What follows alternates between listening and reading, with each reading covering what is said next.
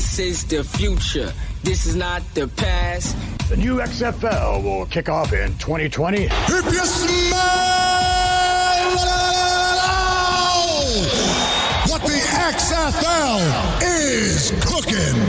It's still football, but it's professional football reimagined. This is our moment, our story to tell. This is history begun. This is the XFL! Welcome, football fans. This is the week of January 12th, 2020. This is an official league podcast, and this is the XFL show. I'm Alan. I'm Vince. And I'm Bryant. This week, the rules were released, and the reimagining of the game has officially been printed. It's episode 104. This rules!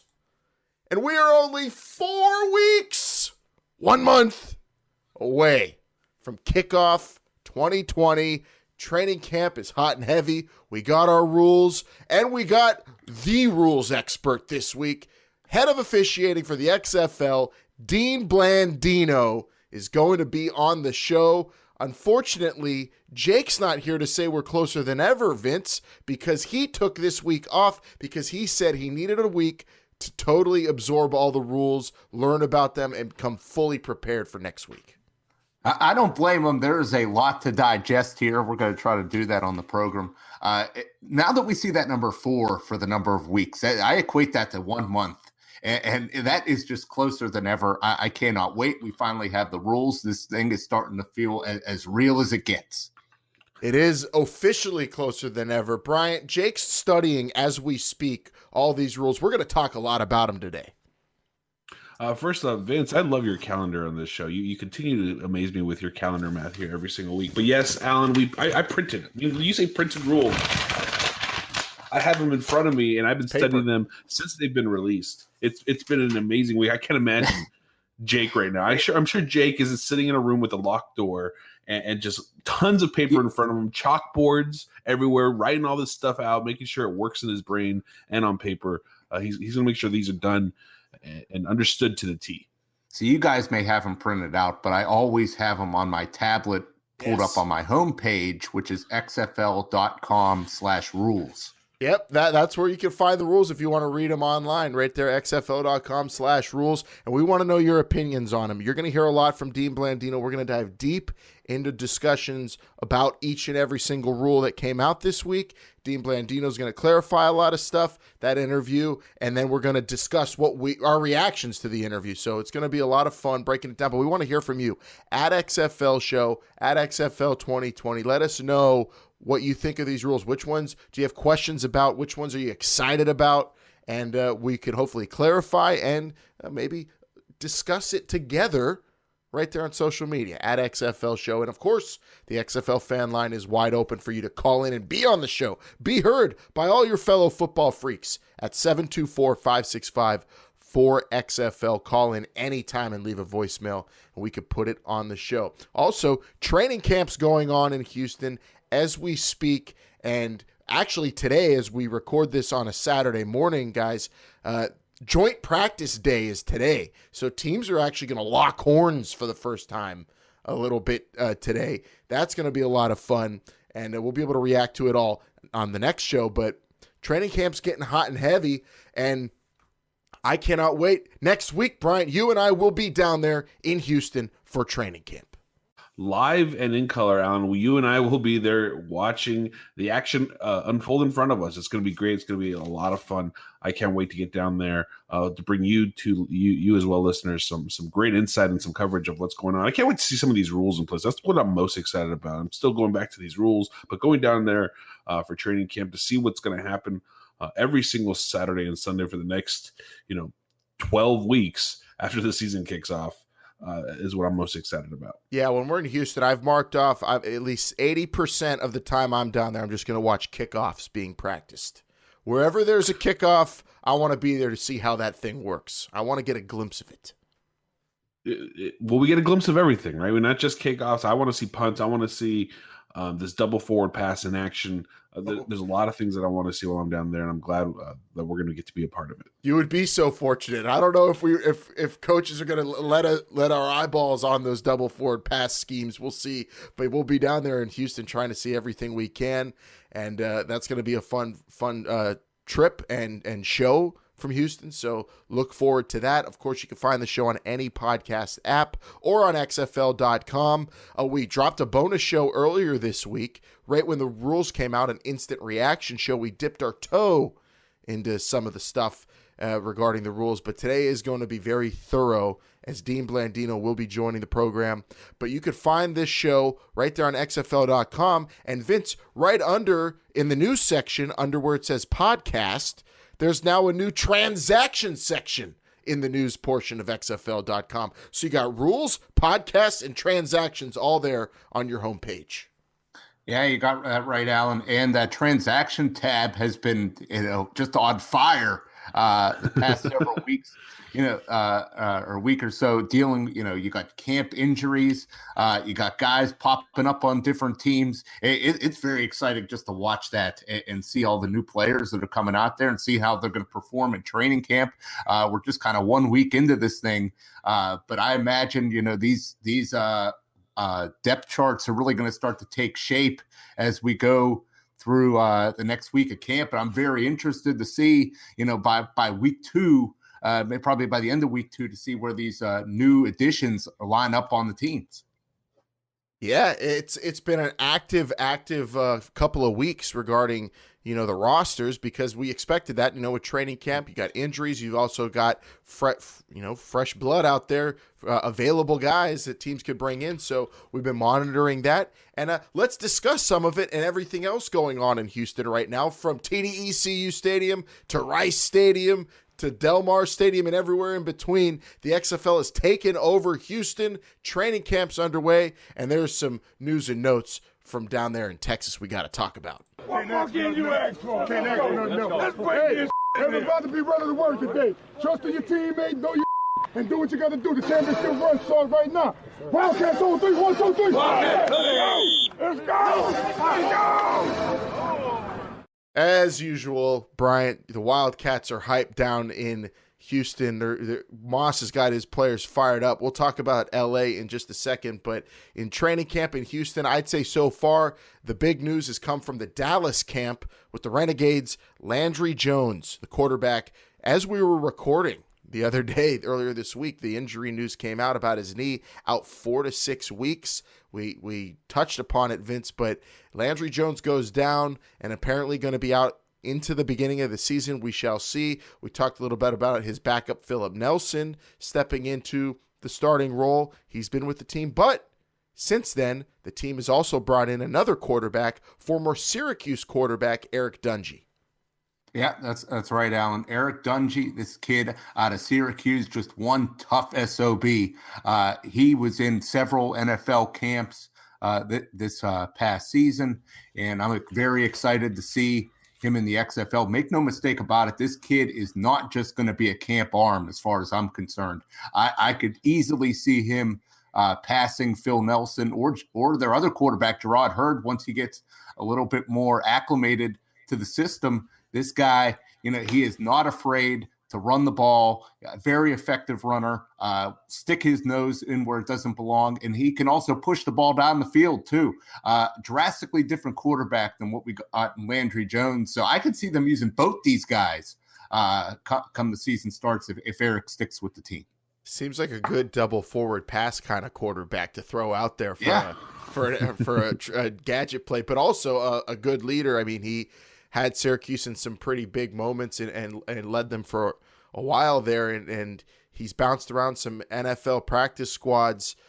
Bryant, when you see the Dallas Renegades, their star quarterback, their top guy, the first player ever in the XFL go down, you gasp a little, and then you see also they bring in they put a wide receiver, Gerard Hurd, into some quarterback sets there to practice a little bit, to have their emergency guy. But then you see Eric Dungy join the team, and that's got to be a relief. How huge do you think that is for a team to experience an injury like this in the XFL and it not be a complete disaster, because it really could have been. But I think Eric Dungey is a pretty awesome backstopper or security blanket to get after Landry Jones goes down. Well, I mean, if you put any stock into what Vince tells you, Vince has been telling you about this man for a long time, ever since the initial player cuts. So I'm very excited to see him. But it is pretty cool to have the XFL with some backup plans, some structure to what's going on here when big time players go down. Also, the excitement when you bring in wide receivers and other quarterbacks into this double forward pass rule. So the transactions that are happening, it's like a nice warm blanket when you're watching your teams get put together, because then you feel safe. You feel like there's plans in place to help make sure that we have some good, crisp football this season. Yeah, credit to Moose Johnston for being able to land Eric Dungey, Vince, because when we were talking about him a while back, Good crisp football, and going over players we'd like to see in this league, he ended up getting an NFL opportunity, and fortunately for the XFL, though, he has landed right back in the laps of the Dallas Renegades. Yeah, that's I like the point that Bryant kind of made there, and it kind of goes back to what Oliver Luck was telling us, many weeks ago, in that there's a lot of good football players out there. They're not all just in the NFL. There's good guys that aren't quite there, and there's a lot of good ones in the XFL we've seen, and even better ones that could be added. And we got one here in Eric Dungey. Guys just want to play football, and Eric Dungey's going to have the opportunity. And, of course, we'll monitor what's up with Landry Jones. Like you said, Vince, a very different quarterback. So how does that affect Dallas's scheming and game planning for week one? Does Dungey have a chance to pass Philip Nelson on the depth chart? How supplanted was he as the number 2? Some stuff we will have to monitor over the next 4 weeks. But we must move on in training camp to some other teams. Oh, real quick also, in order to sign Dungey, the Renegades released their long snapper Owen Gilbert, and Christian Kuntz will take over the long snapper role. More on long snappers with Dean Blandino a little bit later on. Let's go to Seattle. And just, if you're watching team social media, you saw all sorts of cool stuff, awesome catches. XFL.com's down there getting video of pretty cool stuff from training camp and doing some features on players. And one of the best images I saw was defensive back Jonathan Alston's tattoo of the Seattle Dragons. Big Tony Montana tattoo, Al Pacino and Scarface right there. Looked really awesome. If you're a fan of that movie like I am, I just thought that was the coolest. And I like these player features they're doing, Brian, for each team. Alan, hold on, Alan. Can you please say the quote that was on there in the Tony Montana voice? Come on, you can't do that. Oh, you want me to do my Tony Montana? I work hard for this. I want you to know that. That was bad. Say hello to my little friend. There you go. I gotta yell. I have to yell if I'm doing my Al Pacino. Sorry, Jonathan Alston. But Seattle's doing work, and maybe when Jake's back on, he could give you his best Al Pacino. It's probably better than yours, Alan. Yeah, he's working on his English accent for the rule book. But Seattle, as we speak, gearing up for today, a joint practice, Vince, with Dallas. So you got the Dragons and the Renegades going at it in practice later on today in Houston. Yeah, this is something I'm probably most excited about when it comes to training camp, is these joint practices to see how the teams could compete against each other, and then ultimately some scrimmages. And you could do that with all the training camps being in one city, which is just a genius idea. I can't talk about it enough. Yeah, it gives you great days like today, that our day of recording. It is joint practice day. It's happening across the league. So Seattle and Dallas will be hooking up. Let's go to Tampa Bay, where Aaron Murray, their quarterback, said that they've been through 4 or 5 installs, and now the base of the offense and the base of the defense are basically in. We would hope so now, a week into training camp, and they're doing a lot of tweaking there in Tampa Bay. Their joint practice is going to be with Houston, and Houston, when you talk about that transaction page being on fire, Vince, they signed a lot of guys over the past couple of weeks. Daniel Braverman, the wide receiver out of Western Michigan, who actually went down with an injury, so was put on IR. Also, Myquan Dean, the tight end out of Western Kentucky. Friend of the show, Sean Hickey, the guard from Syracuse, getting signed by the Roughnecks. Congrats to him. Alex Jenkins, a defensive end out of Incarnate Word. Jay Liggins, a corner out of Dickinson State. Charles Tua, a defensive tackle out of Texas A&M Commerce. And Brandon Watson out of Mid-American Nazarene, an offensive tackle, was signed but then put on IR, also injured. So Houston making some moves, and they will lock up with the Vipers, Bryant, for their joint practice later today. Well, we're seeing a little bit of a trend here, right? Where teams are having these joint practices with teams on the other side of the country, right? They're not in their own little conference or division. But yeah, Houston's making some moves, trying to get to that perfect recipe. I almost feel like they're Colonel Sanders, right? We're trying to find those 11 perfect herbs and spices as they make all these transactions. But that's the nature of football, and you see that all the time. So Houston putting in the work to make sure that they can get the right team in place and ready for these joint practices. I can't wait to see what Aaron Murray is going to bring. That's what I'm also the Tampa Bay Vipers I'm most intrigued about, because I want to know what Mark Trestman is doing down there with all of his quarterbacks. And he was one that told us that he might even have a fourth quarterback on that team at some point. Who knows? He's my most intriguing coach that I want to see perform down in training camp. Yeah, and then you also, I mean, this is going to be a really interesting joint practice, because I want to watch those QBs for Tampa Bay, and then June Jones's offense in the XFL. See how a defense that's supposedly really fast in Tampa Bay, how they're going to react to it, and also we're not going to gloss over the fact, Vince, in that the Houston signings was a tight end. They got a tight end finally, Mike Dean. June Jones got himself a tight end. How about that? Maybe he's going to use him more as an H-back. We'll see exactly what position Mr. Dean plays. Well, he might take him into consideration for the kickoff return. If you listen to our bonus return, we said you need some good tight ends, some agile big men in those kickoff returns. So maybe he was listening to us, and that's why he picked up the best one available. Long jumbo athletes is what we call them in the football world. Long. You want that. You want to be able to spread those arms wide and keep guys from getting around you on those kickoffs. Cannot wait to see those in action. Seriously, it's all I keep picturing in my head is that first kickoff in DC, and that's where we'll go next. The Defenders have Sam Montgomery on their defensive line, and one of the more exciting players we talked about whenever the draft happened, and all words out of camp are that guy's stepping up as a real leader and causing a lot of havoc for his fellow defenders on offense. And the DC Defenders got a very special player, Vince, for their offense. I mean, you could honestly say they're pretty loaded in terms of guys who were good in college or have a lot of credibility from even their high school playing days. And they added another one in Nick Brossette, former LSU running back, but also an all-time rushing leader in the state of Louisiana, to join Donnell Pumphrey, who's the all-time NCAA rushing leader, and Jarrell Presley, who are already on that roster. The DC Defenders run game is pretty awesome. Yeah, Nick Brossette out of LSU added to the mix here. And Alan, you talked about it. They already had a very strong backfield headlined by Donnell Pumphrey. And then you also got Cardell Jones as the quarterback. He could run the ball a little bit. I'll say this, as much as I talk about the Dallas offense coordinated by Hal Mumme, and you got obviously Bob Stoops there, who I still can't believe is in this league. You got on DC, this is the offense probably I'm most interested to see what they do as far as an attack, because you got a lot of different options there in terms of running the football. And, if I'm one of the coaches at DC, I'm at least exploring, an Urban Meyer type system that Cardell Jones was in whenever he was at Ohio State.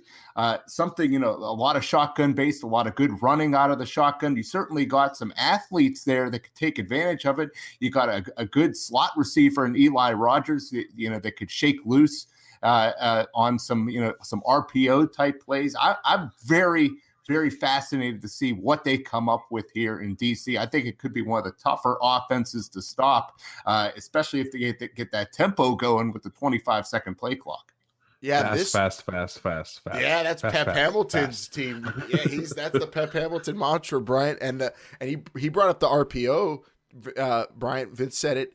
The Linus, the illegal man downfield rule is really going to play into that kind of offense. So if they go with that, you've got a lot of ability, 3 yards, to really have that fake run action if Cardell Jones and the DC defenders run that kind of offense with all these running backs now that they have on the roster. Well, yeah, all players on the offense make the reads off the offensive linemen. So imagine offensive linemen being able to do those, pulls and blocking up into the secondary.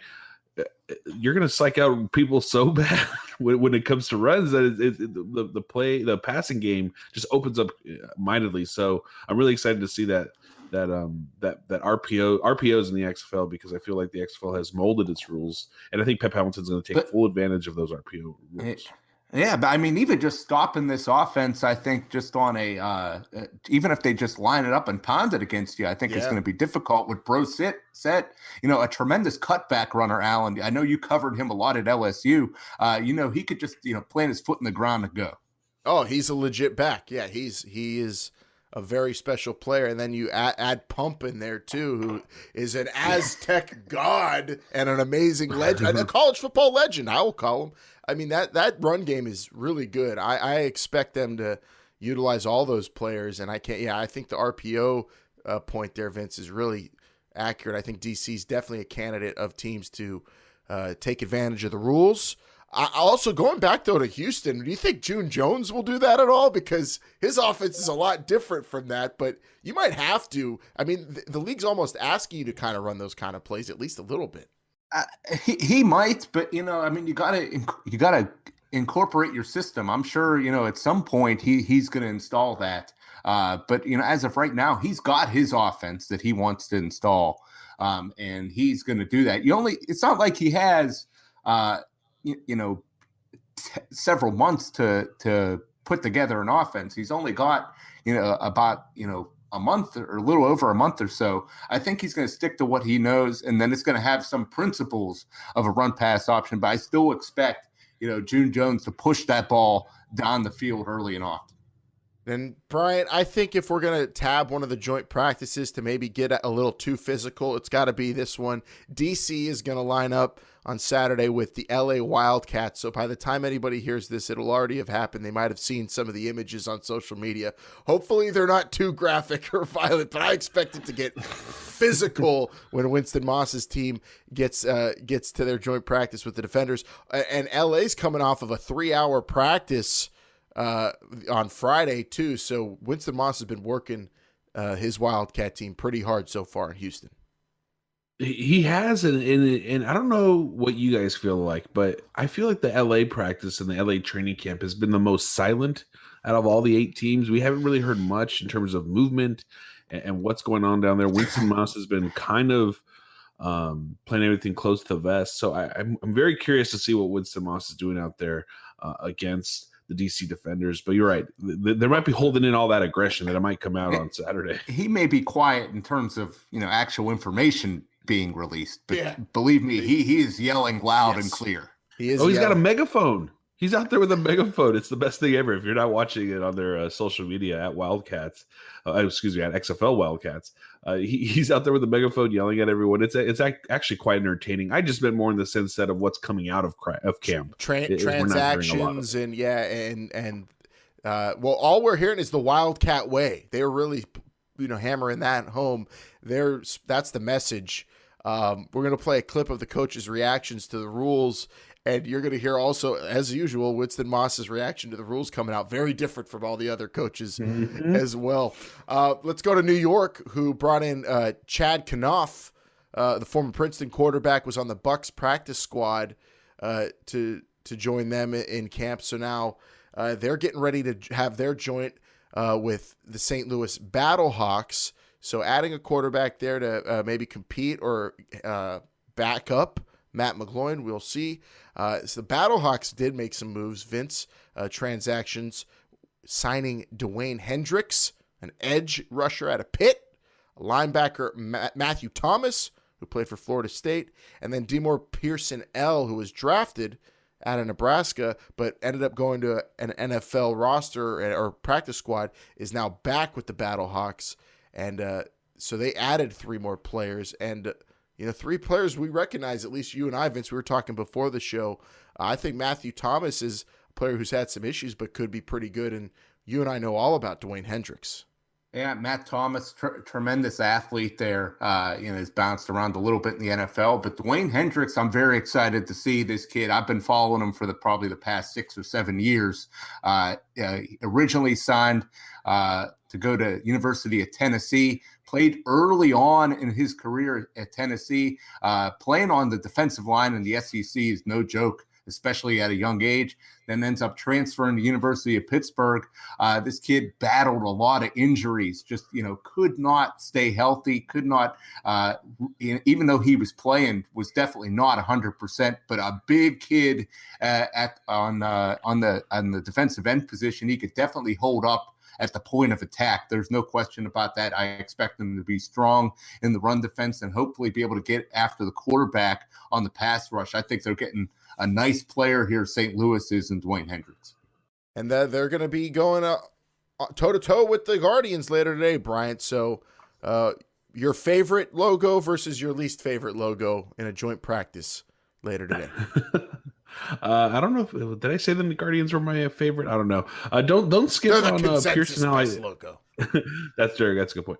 Pearson, don't skip on him too real quick, Alan. I just want to go back to him. I watched him perform with the Stallions in the Alliance, and he was magic out there for them. I really did enjoy watching. I think he's the best L to ever play a wide receiver too. By the way. Well, okay, you bite your tongue. I knew that was going to get you guys. Well, Vince, why do you chuckle when he says watching him with the Stallions?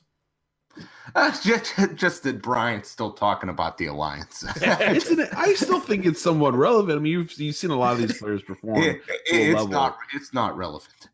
That is a great debate that we might have to have one day, because I did see some people out there wondering how great the competition level was in the Alliance when some of their best players, quote unquote, are not in the XFL. So to see some of these players come out, though, that I felt were legitimate talents in the Alliance, I'm glad to see them, because he was on a practice squad or trying to get on a practice squad the entire season. So that's some legitimate talent that the Battlehawks have gained over the last few days.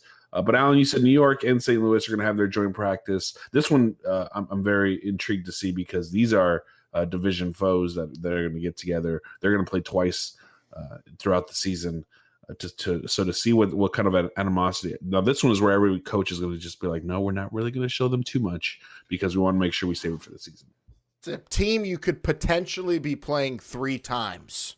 If you both make the playoffs, that's the reality of being in one of these division matchups or joint practices or whatever. Whenever you go against someone, the familiarity is just going to develop. And it's going to develop very quickly between the teams. So here you go. With the joint practice, it's basically getting started right now. Second part of this week's Cover 2. Let's take it to, not just Vegas, Vince, but all over the country, because you could gamble on sports in a lot of places, a lot more places than what you used to be able to. And I think that's a great thing. I think it's going to be a good thing for the XFL. And the XFL recognizes this, and that's why they signed a multi-year deal with Genius Sports in order to protect the XFL from improper sports betting. Right now, the people from Genius Sports are going to be heading to Houston, and they will be having betting-focused educational workshops with players, coaches, and game officials to protect the game, to make sure that, there's integrity. There isn't fixed games or any kind of shenanigans in that regard.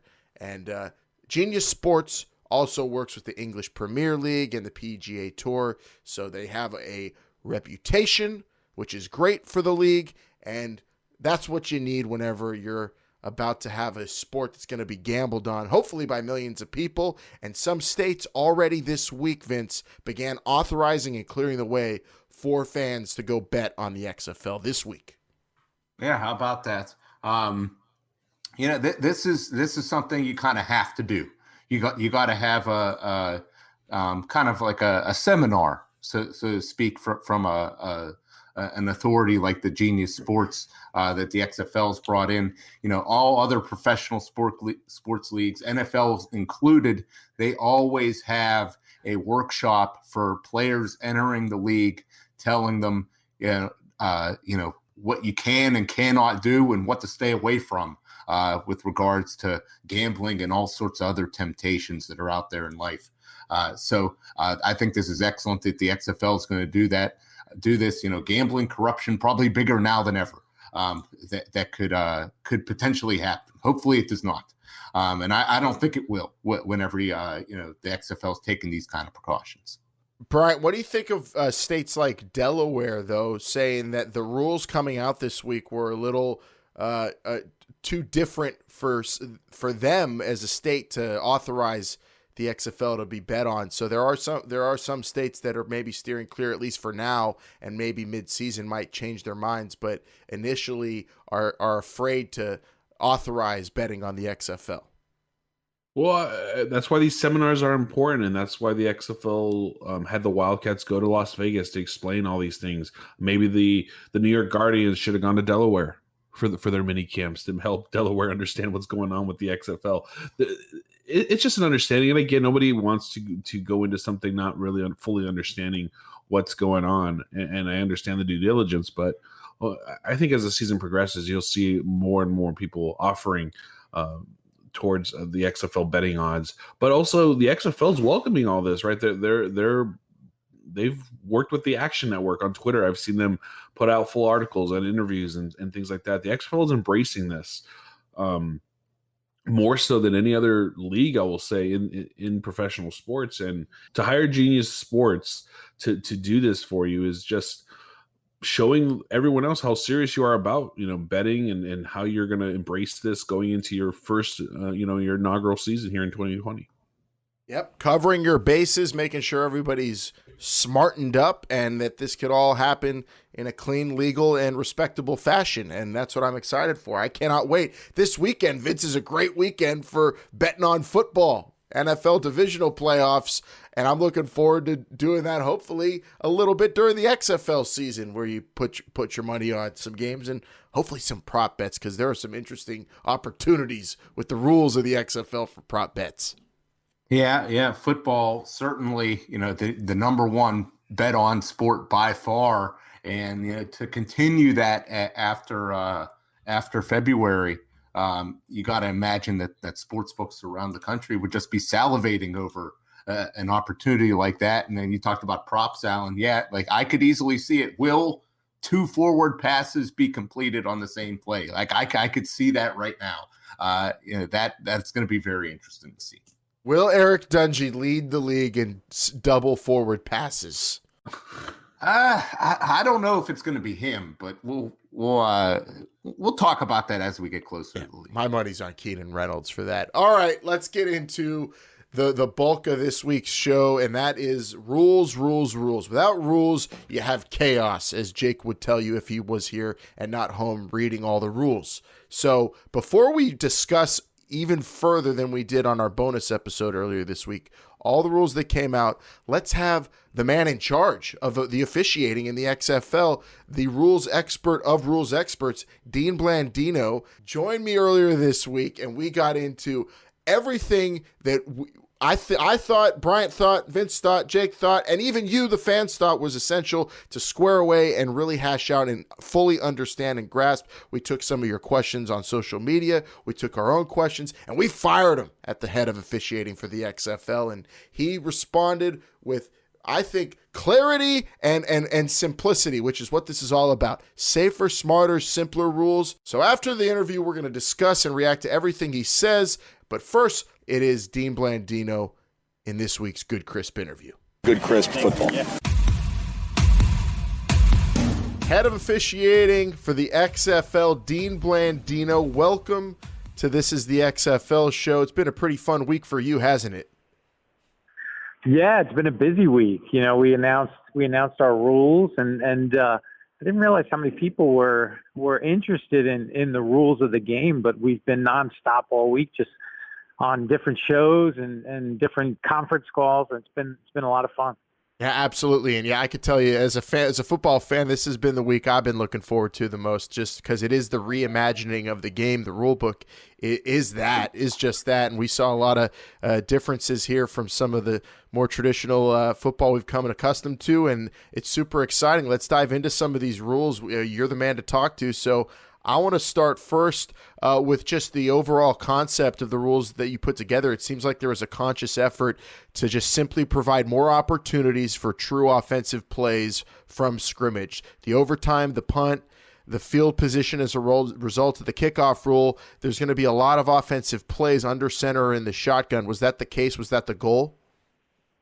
Yeah, I think that was definitely one of the goals. And a lot of work and study and background went into these rules, and talked to a lot of different people and fans and people around the game. And I think it was two things. I think the things that came up were the pace, and to maintain a good pace, to not have a lot of stops and starts and unnecessary delays. So eliminate some of that downtime. And I think the other thing was the offensive side of the ball. Not completely ignoring the defensive side of the ball, because you have to have the right balance. But fans, they want big plays. They want to see more scoring. And so a lot of things that we did with the rules is going to incentivize teams to not punt on fourth down, to go for it, to not try to play conservatively and to play aggressively. And we think that's going to be a more exciting game. Yeah, the punt rule definitely is going to be encouraging that for sure. How many plays from scrimmage, quarterback under center in the shotgun, whatever, can fans expect then over the course of an XFL football game from one of the teams? Yeah, I think with a shorter play clock, so we're going to have a 25-second play clock, and obviously NFL, college is 40. I think we're going to see more plays from scrimmage, and then that was the goal: more football, less downtime. And NFL game averages probably 155 plays a game. College is higher. There's more tempo in college, but I think we're looking at probably in 165, 170 plays per game. And then there's the kickoff rule, which is really exciting because it's going to open it up for more kick returns. And this is kind of the meatiest part of the rules page on the website so far, because there's a lot of differences here, and it's really exciting. Will this design for the kickoffs give us teams averaging a starting field position then at midfield, because there are going to be so many returns and there is that waiting period for all the players besides the return man and the kicker?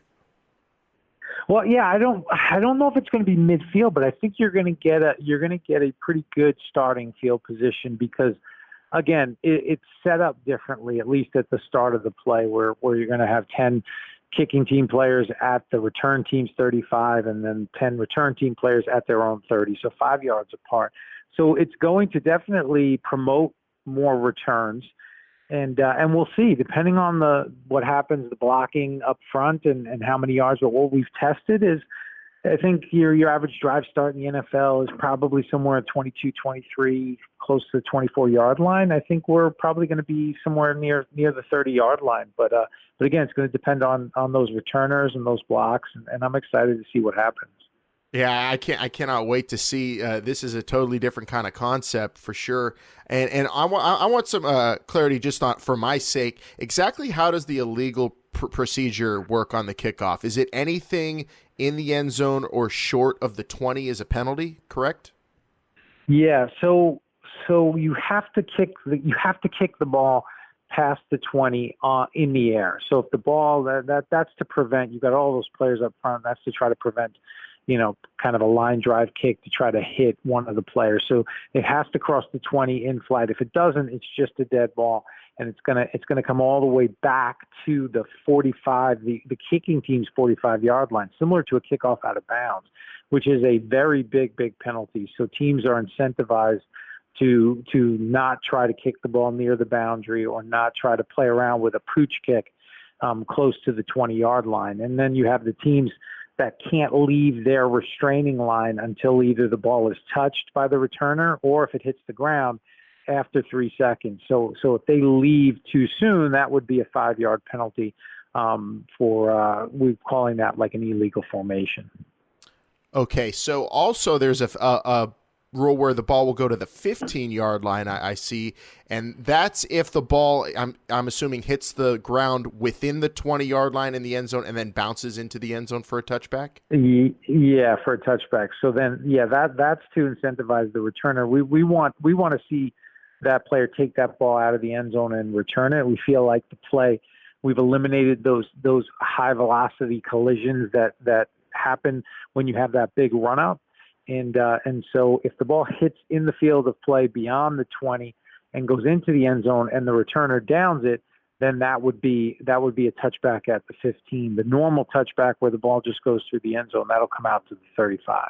I love it. And it's going to be the very first thing we see on February 8th is this new kickoff. And I just can't, I'm so excited for it, Dean. And I know you guys did a lot of testing, but I can only imagine, coaches are starting to think of strategies in terms of how the kickoff team's going to approach this. Maybe, they have that waiting period, but you have to have guys who are able to maneuver around instead of just run down the field and have that huge collision. So it's going to be an interesting strategy for coaches as well with the new kickoff.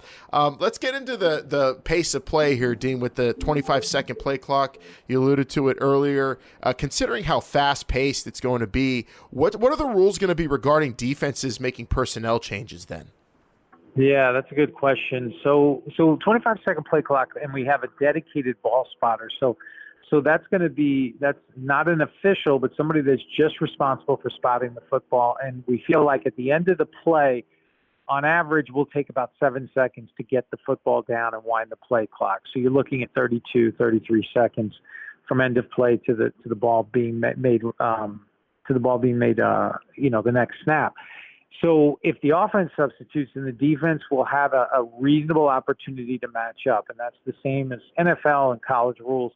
And but with the shorter play clock, it's going to happen more quickly than those other leagues. So again, offense subs, defense gets an opportunity. They can't delay. If the referee will look to the defensive sideline, and if there's no action over there and nobody's coming onto the field, we're just going to go and allow the offense to snap the football. Now, once the offense doesn't sub, then the defense has to be ready, and it's going to be interesting to see how that plays out.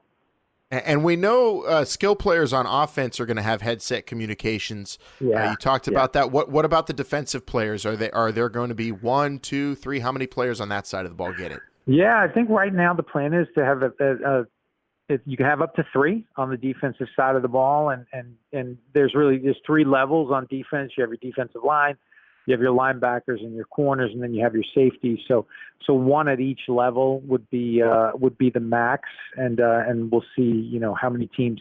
I don't know if there's necessarily a need on the defensive line, but they have that option. But we'll see how many players each team does. But they can have a max of 3 on the defensive side of the ball.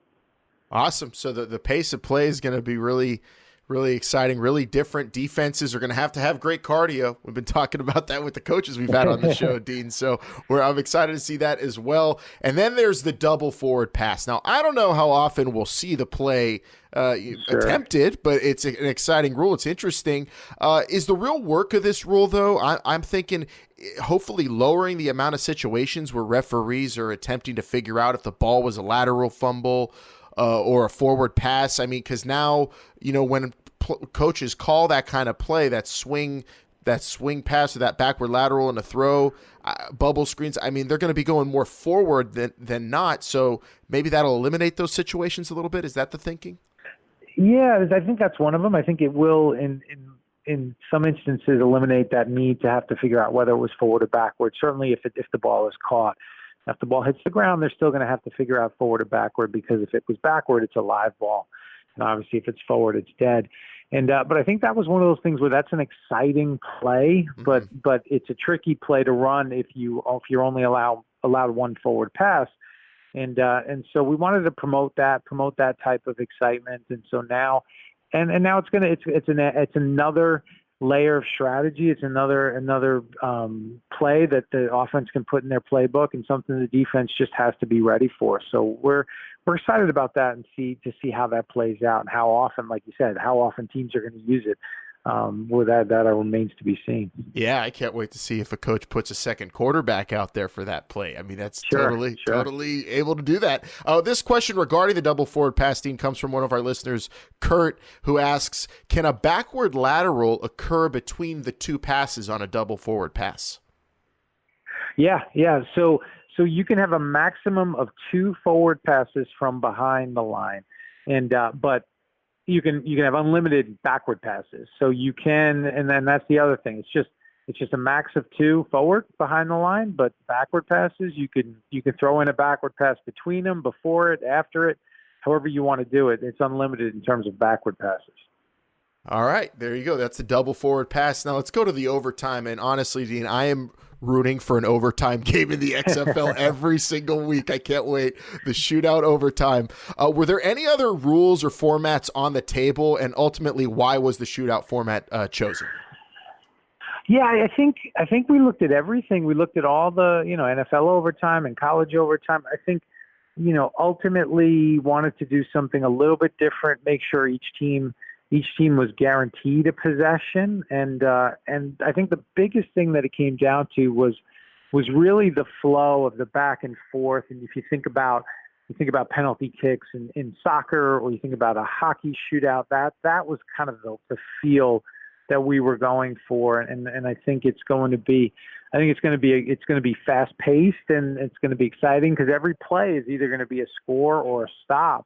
And so we're going to have that opportunity to see, what teams do in that situation. You got five tries from the 5-yard line, and they alternate tries. And if they're still tied, then they'll just go 1-1-1-1 until we get a winner. So I think overtime. I'm with you. I'm rooting for let's get an overtime in week 1. I definitely want that. Oh yeah, it'll be epic. I can't wait to see it. And I'm hoping personally you guys choose to split the field, but I know that decision hasn't been made yet, or has it? If not, when? Or will there be all players on the league at the same time at both ends, or are we going to do this in one end in OT? Yeah, I think we're still working through that. I think there's pros and cons. I like the look and feel of having it at both ends, and you can just go from one end to the other. But there's challenges with that, because obviously you have to officiate each play, and if you have the plays at either end, then you have to split your officiating crew, and you've got less coverage. So, and then also from a network perspective, you've got camera coverage, and you've got a cart cam that really would have to travel almost 100 yards, and really in that time frame it would be impossible. So those are things we're working on now, and then once we get to training camp, I think we'll have that finalized. Awesome. I just think that this is more indicative of the actual regulation game, the shootout in football, as compared to soccer or hockey. Dean, we talked about this earlier. Those sports, you're playing almost a different kind of game in overtime with the shootout format. In football, it's still the game, and it's the same format, and I think it's about time someone's trying it. So I'm really excited that the XFL decided to go with this overtime format. Let's go to everyone's favorite topic when it comes to penalties, pass interference. Why did you guys decide to go with pass interference as a spot foul like the NFL instead of a set amount of yardage? Yeah, so the majority of our rules, probably 95, 96% of the rules are NFL rules, and that's professional football. And we wanted to make sure that we were presenting professional football and recognizable football, so not change it too much.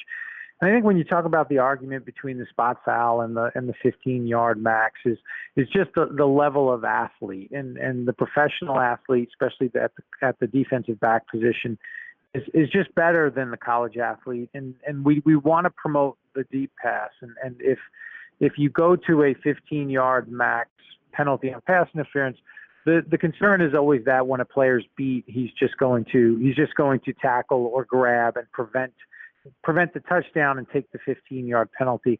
And that's always been the argument against it. And then you get into debates about, well, you could have different layers, and if it's intentional, it's a spot foul. If it's not, it's 15. But that adds another layer of judgment into pass interference that we don't want to go down that path right now. So, and again, in these rules, we're going to study all the rules at the end of the year and see what we liked, what worked, and if there's something that we didn't, an unintended consequence we didn't think about, then we can change it for year 2.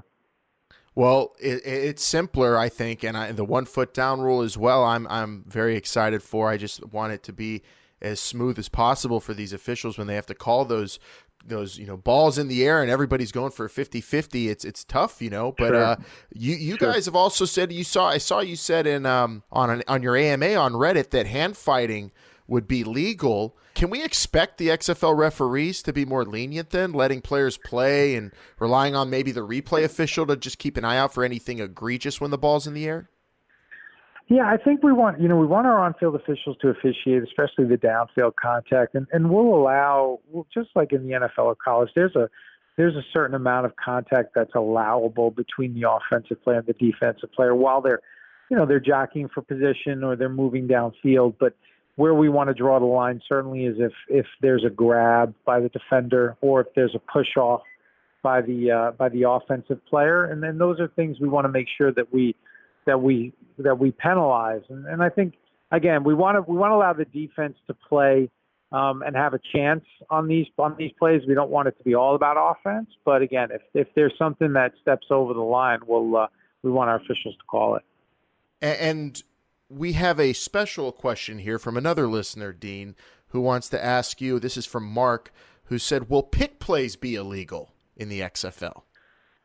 Yeah, that's a good question. So anything that a pick play will not be legal if it occurs beyond the line of scrimmage. So if it occurs right at the line, it's not a foul. By rule, you can't have pass interference. By XFL rule, you can't have pass interference behind the line or at the line. It has to be beyond the line. So if there's a pick play that happens beyond the line of scrimmage, it's a foul for offensive pass interference. And how will defensive holding be enforced as opposed to pass interference? How can fans tell the difference? Yeah, so defensive holding is typically before the pass, and that's a grab. It's something you'll see receivers trying to run routes, and then a defender will grab or hook that receiver, and so that's a 5-yard penalty, automatic first down. And then once the ball's in the air, then we can have pass interference, and that's something that significantly affects the receiver or the defender's ability to make a play on the ball. And so that's where you get into pass interference. And so that would be a spot foul on the defense, and an offensive pass interference will be a 10-yard foul from the line of scrimmage. Awesome. Let's go to the replay official now real quick, Dean. I'm really excited for this, and hopefully we'll have some television access to that booth as well. I just feel like it's always good to have a guardian angel up in that booth for the referees, and hopefully that's what this replay official will be. Hopefully they're not called upon too much, but what sort of rules or restrictions will they be under? Will they be timed to get calls in quickly? Yeah, so our replay officials they'll be responsible for stopping the game at any point. So it's not a coach's challenge system. It's more like the college system where they can look at every play and look at all reviewable aspects of that play. And then it's the normal set of reviewable rules like pass possession, scoring plays, line to gain, those types of things. And but we do have an added element, like you said, that guardian angel. And that's where the replay official, if there's something that involves player safety at any point during the game, and it's a clear and obvious mistake, and it's going to have an impact on the outcome of the game, the replay official can provide input to the on-field crew. And in the last 5 minutes of the fourth quarter, if there's anything, even if it's not reviewable, and it's anything that's obvious, and it's going to have a significant impact on the outcome of the game, the replay official can provide input and help the on-field crew get the call right. And I think that's the goal, and why we went with the last 5 minutes is we don't want to re-officiate the game from the replay booth, but in the last 5 minutes, a team has less time and less opportunity to overcome a mistake like that. We want to make sure that we're not, again, negatively impacting the game. It's just an excellent backstop. I'm loving it. I liked seeing it actually in the AAF, and I know the XFL is going to utilize that role in effective way, and hopefully also the broadcasters are going to give us something special with regards to that official. I have one more question for the on-field rules here, Dean, regarding the long snapper. because everybody forgets about the long snapper. But what are the rules going to be regarding lining up over the long snapper on punts and field goals? Yeah, this is in all of my questions this week. This is the first time somebody asked about a long snapper, so I'm excited about that. So long snapper will be the NFL rules. So you can't line up on a field goal extra. We don't have extra points, but on a field goal or a punt, you can't line up over the long snapper. And then the long snapper does get defenseless player protection, so you can't take a helmet to helmet, shoulder to helmet, drive your forearm into the head of that player until he's got a chance to protect himself. So if he gets into a blocking posture, he's no longer in a defenseless posture. So those will be the rules surrounding long snappers. Awesome. And I'm assuming also in terms of the safety of players, the defenseless players, quarterbacks as well will be treated similarly in other professional football leagues. You know, the hitting low or high, late. Are we going to try to? I mean, if a quarterback gets tapped in the head by a hand, how sometimes we see that in the NFL. How closely is that going to be officiated? No, we want normal. So NFL roughing the passer rules, but it has to be forcible contact to the head. So the brush or the graze, that's not going to be a foul. Awesome. And so it has to be forcible, and certainly quarterbacks will get that defenseless player protection at the knee area or below, because those can lead to injuries, and certainly late hits will be fouls. It's that rule forcible in the rule book that is going to do everything to avoid those. I love it. and I feel like I'm not the expert you are, Dean, but I am ready for these rules. I feel like I understand them. We're going to help fans, over the course of the next month, understand them better. And I'm sure once it takes the TV and the explanations keep rolling in, everybody's going to be ready for this new look football, safer, faster. I really appreciate you joining the show. The rule book, the rules are out. Will the rule book be made available to fans? Yeah. The rule book will be made available probably some point before the season starts. So we're just making sure everything, just dotting the I's and crossing the T's right now. But we'll have that available pretty soon here. Awesome. And then we'll give everybody the audio version, the audio rule book. We're going to do a complete reading of it, Dean, and we'll be sure to get you a copy. All right, man. Yeah, definitely send me a copy.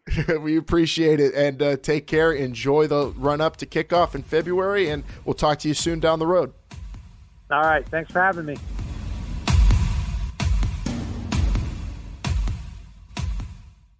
Thanks to Dean Blandino for joining us this week. And really, I feel like I'm such a smarter football fan now, Bryant. What a guy. What a genius. What a rules expert.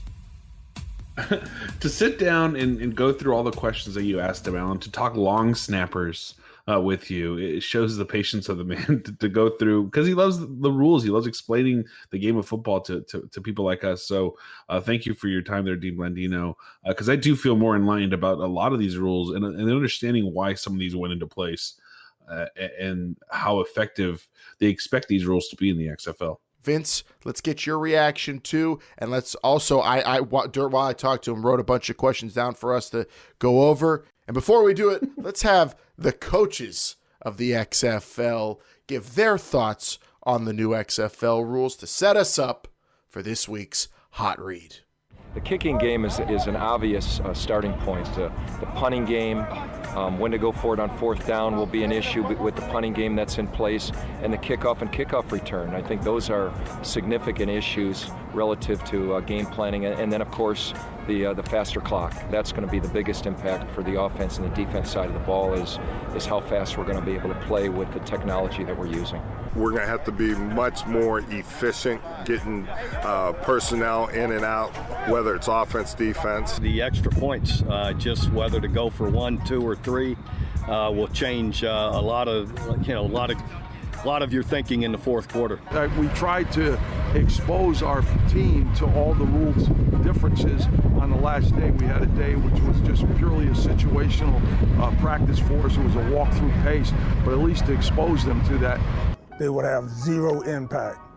The Wildcats would play Wildcat style of football with a Wildcat mentality. We had to start to acclimate our guys to the 25-second play clock, and there will be a transition of sorts with the ball spotting official having to make sure that the chains are set before he winds the clock. So I think the kickoff return and the punt return, the rules that they did on that is really going to create more offense for the punt return and the kickoff return, which I think the fans will really enjoy.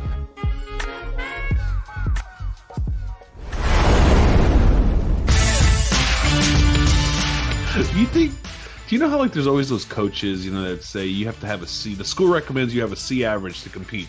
I don't believe you. You need to have a B. Like Moss is going to tell people, if you don't put 2 feet in bounds when you catch that football, you're not playing Wildcats football. Well, you only need one. Don't confuse people. But maybe that's the Wildcat way. That's not the official rule book, though. Do you think Coach Carter is having like a talk with Winston Moss? Is that what you're saying? You think he's locked down the campus? you think the doors at Alexander Durley Stadium are just locked down until everybody understands what the Wildcat way is? They're all just sitting in a room reading the rules. Like a crazy man. All right. Well, the coaches set us up. Winston Moss, of course, is just a treasure. And now we can react to everything Dean Blandino said there and throw more of our thoughts about these rules out, because I really think just scratch the surface on our bonus show this week, Bryant. So first thing up from Dean Blandino, he said there are around 170 plays per game he's expecting. He thinks, estimating. I think you might be able to get more than that occasionally, but I also feel like that might be tough with the play clock, the game clock just rolling most of the time, except of course for that comeback period. 170. It's an interesting number he threw out there. Well, I think here's what I'm going to say. This I thought the same thing too, Alan. When he said 170, he gave the averages of the NFL and the NCAA. The 170 is above both of those. I'm on you. I'm on your side when you say I feel like that number's high based on the running clock and all that. But at the same time, the XFL has done their due diligence. You have to take what they're saying, because they've gone and made the necessary adjustments, and they're making statements based on all their testing. Yep. So if he said 170, I'm going to take 170. I feel like it's high. Do I think? Yeah, but I'm going to take him at his word and say it's going to be around that count for plays in a game. Yeah, they've spent a lot of time in the lab. They played these simulated games. We've talked about them, and so he's got to have some basis for that number, and I'm guessing that's where it's from. It'll be interesting to see, once when the lights come on and we have several real games under our belt, what the actual play number is. But it seems like a reasonable estimate, I suppose. And really exciting estimate, because I want to see 170 plays, meaningful plays in a game, and then hopefully more in overtime. What about that kicking game though? We talked about it, and this is something we did not discuss on the bonus episode, Vince. The 15-yard touchback.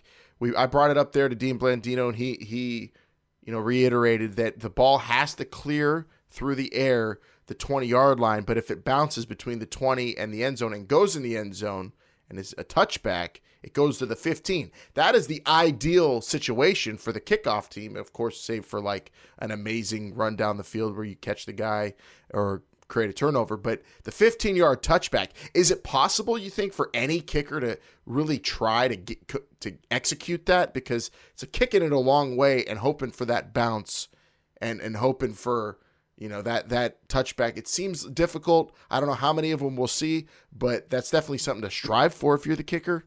Yeah, I don't think we'll see it that often. Maybe on a windy day where the returner is having a hard time fielding the ball. If it's kind of like a line drive and is far away from the return man and bounces just right, maybe you could get it, but I don't expect to see it that much. Yeah, the touchback to the 15-yard line is a cool rule. I like it because it does encourage that return man to make sure he gets the ball and go. But I'm interested to see. I would love that. We'll have to get a kicker on the show, Bryant, and talk to them and see if anyone really thinks they could execute that. Have the returner not catch the ball and bounce it into the end zone from all the way back where they're kicking on the 25. Well, I think the rule was intended to encourage the returner to actually catch the ball and bring it out. Is it going to be a kicking strategy? Perhaps, but that seems too difficult. You're running the risk of either bouncing that ball short, having it go out of bounds. hitting it into the end zone. There's a lot of risky just for that few yards. I don't know if a kicker is going to want to take that chance, or even a coach for that matter, because the difference between the 15 and the 45, it's a pretty big difference. Now, what about the play clock, the 25-second play clock, the speed of the game? We all talked about that and how we're happy that the headset comms and everybody's going to be on the same page, so it should be smooth. You don't need huddles. The game's going to be quick. There's that ball spotter, but then that also, raises the question: what does this do to the defense? Are they at a disadvantage? And getting subs in there, Vince. I mean, Dean Blandino basically said it's going to be similar rules that you see in college and pros. And if defense wants to get someone out there after an offensive sub, the refs are going to eyeball it and make sure that they have some time. But if the offense doesn't do anything, they're just going to go. And these defenses, I don't envision them really making many subs because I feel like it's going to be too difficult unless you've been out there a while and your guys are gassed. Yeah. I think you're going to really expect your players to play a lot of downs in a row, or hopefully you get your 3 and out. Yeah, and this is something that may start to bother me a little bit, depending on how it goes.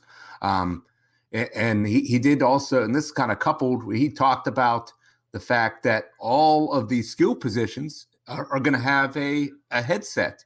And we've talked about that before. Alan, you could correct me if I'm wrong on that. But the defense is only going to have a maximum of 3 players, only 3 guys. That's what he said. So you could be in a situation where, you're telling your offensive lineman, hey, you're just going to pass block, and skill position players and the quarterback, we're going to feed you in the play, and we're going to just keep going straight down the field, and we're not going to sub. And then if you're on defense, you're trying to make adjustments, but you could only communicate through the headset to 3 different players. And then, those guys have to then give signals, or the other guy's got to get signals away from the sideline. I think that puts the defense at an extreme disadvantage with how fast this could go. That's what I'm very interested to see. If you get somebody who's really aggressive out there and really wants to push the pace, the defense, I think they're going to be on their heels a lot. I really do. Which could be a good thing for the score, though, which will be fun. But yeah, you don't want it to be too skewed towards the offense. Do I sound off base by saying that? I don't think you do. I think it's something to keep an eye on. But in action, we'll see just how disadvantaged these defenses are. And I'm going to go out and say I think early on maybe that'll be the case. But I think by the end of the year, as you see, I think in the NFL or in college, defenses are what get really good over time. And by the end of the season, I think you're going to be seeing these defenses have their footing and be ready for the pace of the game. Well, not only that, but if you guys remember when the NHL installed this 3-on-3 overtime, everybody thought it was the greatest thing since sliced bread, right? Everybody was like, this is action. This is great. This is the best thing to happen to hockey ever. And then you give coaches and defenses time to adapt and get better at it and understand what's actually going on. And defenses shut those things down. And I expect that to happen in the XFL, where defenses, like you say, I'm just going to get better over time. They're going to understand what actually is happening in front of them, and they're going to start shutting people down a lot easier than they were, let's say, week 1. Yeah, I have a feeling that might be the case, in terms of the beginning of the year might definitely look like, oh, these offenses haven't made. But we'll see. I respect a lot of the players on these defenses. Some of these teams have ballers that are going to wreak havoc and make big plays. So maybe you'll see a lot of splash plays for these defenses, and then they might get gassed by the end of the game. It's going to be really fun to also monitor, over the course of a game, the cardio of these defenses. We bring it up kind of jokingly, but really truthfully in the fourth quarter in the XFL, it's going to be rowdy and fun. And then you got that comeback period.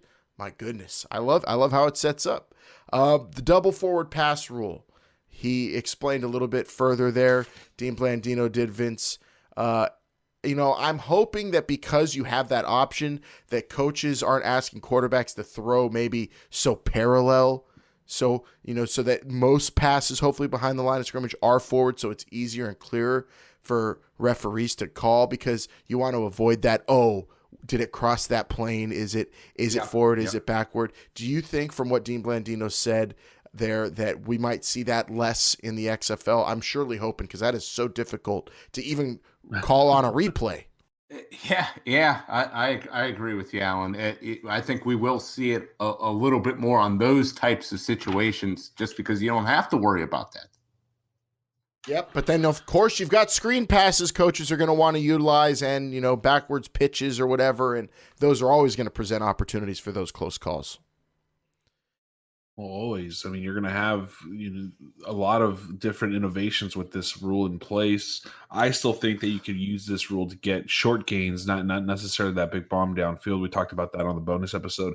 Alan, the one thing that came to mind after kind of listening to the interview with Dean Blandino and reading about the rules is who becomes an eligible receiver for that second pass. Is anybody an eligible receiver, or is it still just the players at the initial snap of the football? I don't think you're going to be able to throw the ball to Storm Norton if you're an LA Wildcat, Brian. I don't think that's the case. I don't think so either, but it was just something that kind of crossed my mind is if linemen all of a sudden become eligible receivers, then who knows what could actually happen. I don't know about that. That's not the case. But do you think these teams need to start practicing like a 3-man weave or something like that on a basketball court, and to get used to doing these, two quick passes? It does in succession. Yeah, it opens it up for really one of my favorite plays that rarely gets used, but it is easier to execute a hook and ladder when you're throwing it a little bit shorter, Vince. I mean, if you're throwing this double forward pass or something, or the hook and ladder, you don't have to worry about, is this guy able to throw the ball downfield, or what can we get done? You could get that throw forward and the option to pitch it to a guy running, or have a fake pitch to a backward lateral and then throw the ball down the field. I mean, you could pull that off in this league, which is going to be crazy to see when it happens, but is an awesome option. Yeah, for sure. It is an awesome option because you're opening up the playbook for sure. But I think we can all agree we don't want this to start looking like a Harlem Globetrotters event when it comes to offensive football, where that ball just bounces around 10 times before it goes downfield. And I don't think that's what the reason the XFL has this rule in place. But hopefully coaches come up with good, crisp plays to execute this double forward pass. It will have to be crisp. I will say that. Yeah, you got to be crisp on that. Although I will say I wouldn't mind a bucket full of confetti, Brian. That would be okay. Someone slam dunking the ball over the field goal post and then putting their feet up on the post. That would be cool. Well, if you're one of those people that get those like really close seats, maybe you might be able to experience that confetti. It's a lot of fun. I've done that before. It's a lot of fun. Have you really? I did the Harlem Globetrotters courtside one time at the Staples Center. It was a lot of fun. No way. I'm not going to lie. Yeah, it was a lot of fun. Wow. Well, I don't know if the Globetrotters rule, I love them, but I have to say overtime in the XFL's a little bit better. Even the concept of it, I know it's going to rule. Hopefully we'll see it week 1. I'm serious about that. But what about the split field there, Vince? They haven't decided. Dean Blandino kind of laid out all the issues that would present. I still think you could figure a way around that and get us that really cool visual of everyone on the field at the same time, though. What do you think they should do? I'm with you, Alan. I'd like that, but then, listening to Mr. Blandino talk, the logistics of making that happen, as far as the referees having to go, forward, back down the field. Well, what if you split the referees 4 and 4 on each side? Well, how can you? That's not right.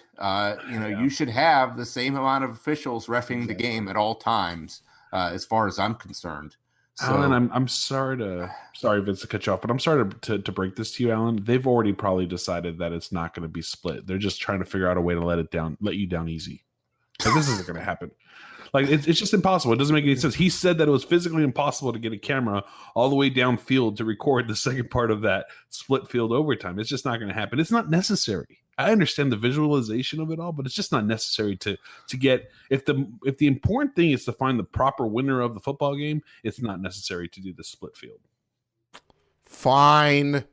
Gosh, I understand. It would be really cool. Maybe we could try it in training camp when I'm there, at least. I'm just saying, Dean Blandino. Just let me see it once. I just want to see it once. That's it. Oliver Luck said that on the Pat McAfee show, actually, last week, that the replay official let's go up to the guardian angel, the replay fairy, gets 60 seconds to make the call on the replay. This person in that booth is going to have to be super efficient and really good with the technology, the Hawkeye system, in order to make these calls. Vince, do you think 60 seconds is too little? No. If you can't make the decision in 60 seconds, given all the different angles, then we probably shouldn't be debating it anymore. I think this is excellent to keep the game moving. Some of these reviews take too long, and if you want to get the play right and you want to have more review, this allows you to have more reviews. I don't think people would be complaining in the NFL about all the reviews if they weren't so long. And if they were correct, though, as well, Vince. Oh, well, that obviously, yeah. Do you guys remember the old days in the NFL where they had to run across the field to an actual booth and watch this? Now they have those surfaces and stuff on the field to make this happen. I'm sure the XFL is going to incorporate that technology where they're just going to look at an iPad wherever they are on that spot of the field. I don't mind the 60 seconds. I more importantly care about the play being reviewed correctly.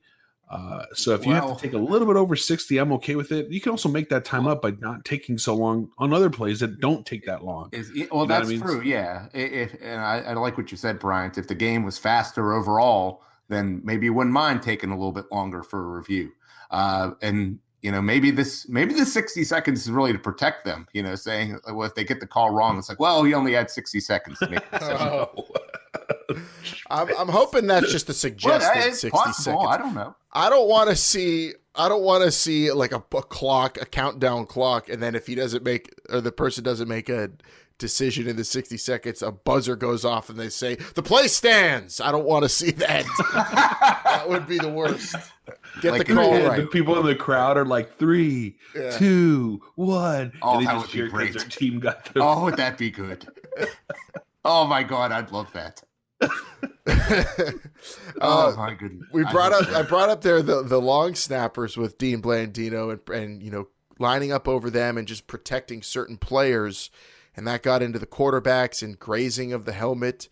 Looking at Tom Brady last year in the playoffs, what do you think about that, Vince? The protecting the quarterbacks too much. Being a conscious effort of the XFL. I think now we're conditioned enough that, okay, these are positions that we need to pay extra care to and make sure they're protected. But we've done that enough. Now we need to be conscious on the other end and say, we can't get out of hand with that. We need to let this game be the physical game it needs to be. And, if it's incidental and not forceful and a love tap, that's okay. Yeah, I like what he said. He made it sound like it was going to be a very reasonable situation on whether it's an intentional hit or not. But we'll see what happens. But I liked what he said. I think he said the right thing. What about you, Brian? I thought the word he used was like forceful, right? He said forceful. Using that word, I think, really clearly shows that the league is thinking, okay, we don't want a guy to fall before the feet of Luis Perez and maybe touch his pinky toe and get a roughing the passer call. Forcible contact. I like it. I think they're going to monitor. Obviously, they want to protect these players, but they have to monitor to make sure that it's understood that these players are still playing football, right? And if they get touched and they get grazed on, it's what happens. But if you forcibly contact a quarterback in the head, then that's a penalty. But hopefully these are things that video official is going to be able to look at when it comes to player safety and understand. And because if you get players starting to tiptoe too much, that becomes an issue with player safety as well, because you're just not playing the game full speed. So hopefully having that camera in the sky monitoring these types of situations with the quarterback and defensive players helps defensive players play this game safely as well. Yep, I'm hoping that gets cleared up because it's a joke still. And I'd say both the college game and the NFL. Sometimes these calls are just like, where was the contact? What happened? What's the issue? And I that's some of the most frustrating stuff you see as a fan. And hopefully that's also something the replay official could be like, hey, come on, put that flag back. We'll see. Yeah, yeah. Okay, we asked ourselves to do this on the bonus show and come prepared for this one with the kickoff and the punts and everything going on with those new rules.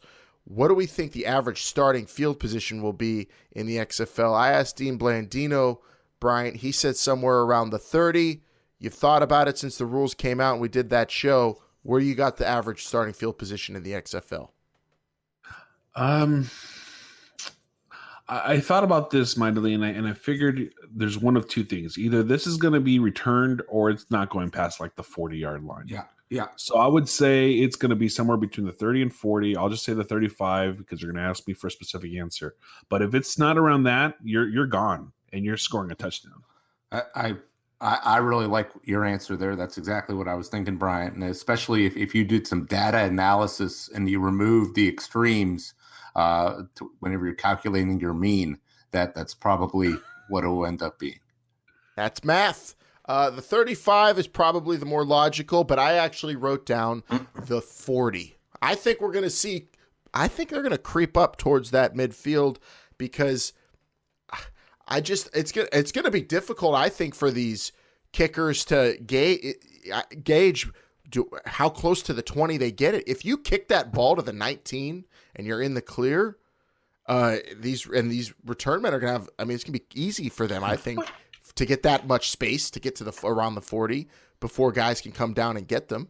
They're already going to be basically at like almost the 30-yard line by the time anyone's running at them or got any momentum towards them. And then there's also the concern you got to factor in the averages. If there are these major touchbacks and the ball starting at the 45 and the 35, those are also going to skew it as well towards, I think, about the 40-yard line. But you're talking about like NFL kickers today are within that 20-yard range, right? They're kicking it between the 10 and the back of the end zone for the most part in a kickoff. So moving that kickoff back, I feel like you're still within that same range that NFL kickers, place the ball in a kickoff. So if you're placing it around the 10, I expect that ball to land around the 10 for the most part. With your with your kicking team lined up on the 35, if you go past that line of defense, there is no other line of defense other than a kicker. And I don't know how many kickers can make that big of an open field tackle on a speedy return man. A lot of accuracy you're asking for. Yeah, we'll see. I like that range though. 35, 40. I'm going to lean towards the 40 because I think there might be some touchbacks that help skew it. Another thing for us to nerd out on and keep our eyes on when the season's over and we look at all the data, that'll be fun as well. Data after year one's going to be really fun to pick apart. I'm starting to learn, especially this week with Rules Week. I got chastised, Bryant, by my angry uncle who looked at the rules and said he liked a lot of them, but he just gave me a ton of grief when I told him I love the 1 foot rule on a catch. It's going to be way simpler. I find myself not scratching my head during college football as much as pro. And he said, you need 2 feet. Tapping 2 feet's part of catching a ball. Since when? You catch with your hands, not your feet. Exactly. You catch with your hands and not your feet. It's fine. If this is what your uncle's boiling over a little bit, I'm good. I'm glad because this is not that big of a deal. A catch is, I would say most of the catches that happen in college with 1 foot, they still put 2 feet in bounds. So it's not that big of a deal. I think the XFL wanted to make this simple, wanted to keep the game moving, and again for player safety, having to be able to brace themselves, not worrying about just only putting 2 feet down. This is not a big deal to me. The XFL, I'm glad they did 1 foot because now it is going to make things a lot simpler when watching the game on television. Isn't 2 feet arbitrary to you guys? To me, it always has been. Why? It just makes it's fun seeing a guy, I guess, try to get that second foot down. But at the end of the day, I just want, if you catch the ball with your hands, I want you to get credit for it, Vince. Yeah, I agree with you. I'm all in on the 1 foot. I think it's the simplest way to go. And you know what I would do also if I'm these receivers? Maybe start wearing those 5-fingered shoes so that you can get the toe down, just the graze. It'll be easier to call. Maybe we should start making them wear those, Bryant. You know, like those ninja shoes people wear? Yes, I know what you're talking about. Get out of here. No, we're not wearing those shoes. All right. Bad suggestion. Bad suggestion. Last thing we have here on the rules, Oliver Luck said that the opening coin toss for the XFL will actually not be a formal ceremony that happens out in front of the crowd like we're used to. It's actually going to be done about 35 to 40 minutes before the game, not on the field, between team representatives and the referees, so everything gets squared away long before kickoff. Are you cool with this, Vince? Yeah, I suppose so. Yeah, I mean, I don't know if it needs to be done that long before, but yeah, it doesn't need to be a part of the main broadcast to slow things down, I don't think. The 35 to the 40 minutes before game time actually, I think, is intriguing only because how much more strategy goes into place knowing that you're actually going to be receiving the football 30 minutes before game time rather than 30 seconds. Yeah, and then you also can that's enough time, I think, to rework any script you have for maybe your first 10 to 15 plays. I mean, is your script really going to change that much whether you got the ball first or second? I think it depends on who you're playing and what. Or you're going to put together. You're going to put together two scripts anyway, whether you get the ball first or second. Yes, let me paint the picture, Vince. You're out there. It's pregame. Say June Jones wins the toss, and he says, "All right, I was watching over there on St. Louis during their warm-up drills. It seems like their defensive end is, he wasn't running right. And I don't know what's going on. Maybe we should run to his side on those first few plays, or target that side of the field a little bit more. Change it up. So what are you saying? Everybody should just warm up in the locker room, not to give out any information. You gotta warm out on the field, but you gotta protect your schemes. But I'm just saying, this 35 to 40 minutes Bryant brings up, that's plenty of time to not second guess, but maybe re-strategize, recalibrate with more information. Knowing you get the ball is more data about the game you're about to play, and that is only a good thing, I think. And with that much time, you could do something with that. Maybe not a lot, but maybe a lot. Who knows? Well, game day conditions, right? You get to actually see what's happening on the field before the game actually starts. And if it's windier than you thought, then you get to approach the game a little bit different. So I understand why this rule, I don't even know if you call it a rule, but why they're moving it to the inside. I don't think there's strategy behind it. I don't think that's why they did it. I think they did it to save time, but I do think that coaches can benefit mightily from it. And there you have it. A thorough rules discussion. And that's just, we scratched the surface the other day and we went a little bit underneath the surface today, Brian, but I don't think the rules will ever be thoroughly discussed ever, because they're rules and they're always going to be up for debate and questioning and all. But I like this set. I think we've all given our initial reactions and thoughts and what we envision. Can't wait to see them in action next week in training camp. Hopefully you and I will get to see some of these rules, these tweaks in play in real life. Report back here on the show. And then we'll also have Jake on to discuss and maybe read the rule book whenever it comes out. Yeah, and there's a lot. I think that's a good way you put it there, is that these rules we're going to be talking about throughout this season, not just this last couple of episodes that we've been doing here, because we're going to see a lot of them go into play. I wanted to talk PATs today because I'm wondering, is it worth even going for 3, or do you go for 1 and hope that you get the ball back on defense from your defense? Like, there's so much that's going to go into these rules throughout the season that we're going to be like, look, if the XFL didn't have that rule in play, the Renegades would not have beaten the Roughnecks that day. They would have lost in any other league, but in the XFL, they pulled off the victory with the 3-point PAT. It's league specific. It's exciting, and we're getting to know them. So really encourage everybody, if you have any questions, to hit us up at XFL Show. We'll try to approach it on the show, discuss through these rules together so everybody has a better understanding going into the season. But they're pretty simple, I think, and we're going to be continuing to illuminate, discuss, simplify, explain, whatever you need us to do. And also, we want to hear your opinions on the rules, what you like, dislike, whatever. Hit us up. And, of course, you could always call the XFL fan line at 724-565-4XFL. And, of course, hashtag XFL 2020, because we're in 2020, baby. We got our rules. We got training camp. We're going to be coming to you from Houston next week.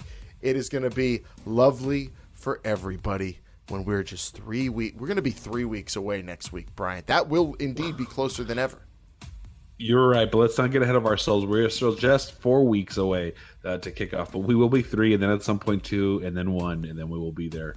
Alan, I will just want to take a moment to say thank you to everybody for all the tweets and all the love out there for our announcement that we made last episode. So without you listeners, obviously we would not be in this position ourselves. Stay tuned. A lot of the great things are going to happen for you fans, not just for us, this show, not just for This Is the XFL Show, but for you fans to be able to get the insight.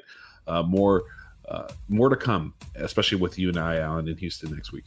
Exactly. Yes. Appreciate everybody who showed us the love when we announced that we are an official XFL podcast that you can find on XFL.com and all XFL channels. But we also have appreciated all of you who have been riding with us on the road to kickoff since day one, and anyone else who joined in between. The support, the love, the listenership, subscribing to the show, leaving those reviews, getting everybody else involved on the show, spreading the word of the XFL, talking football. It's what it's all about. So thank you.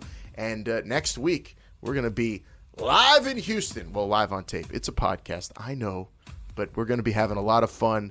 And join us at XFL Show. Don't forget it on social media. We want to hear your thoughts on these rules.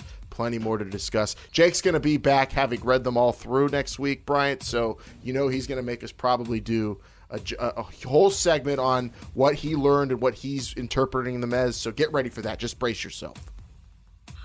I've embraced myself for 104 weeks for this man to get to this moment. I'm going to have to wait one more week for it, but it'll be worth it. I can guarantee that. It definitely will. All right. For Jake in his absence, reading the rules. For Vince, for Bryant, I'm Alan. Thanks again for listening. This is the XFL Show. Remember, they're listening.